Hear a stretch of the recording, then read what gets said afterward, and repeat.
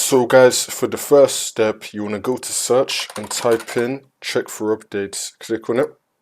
And now once you run this, you want to click on check for updates. Make sure that your computer is fully up to date. For the next step, you want to go to search and type in CMD. Now you want to run it as administrator. And then click on yes.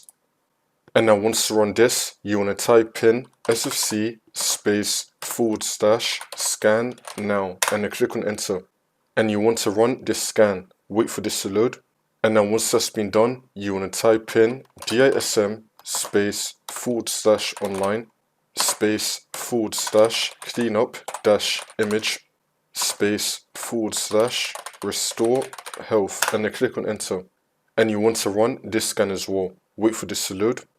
And now once you complete both those scans, just restart your computer and then the problem should be fixed.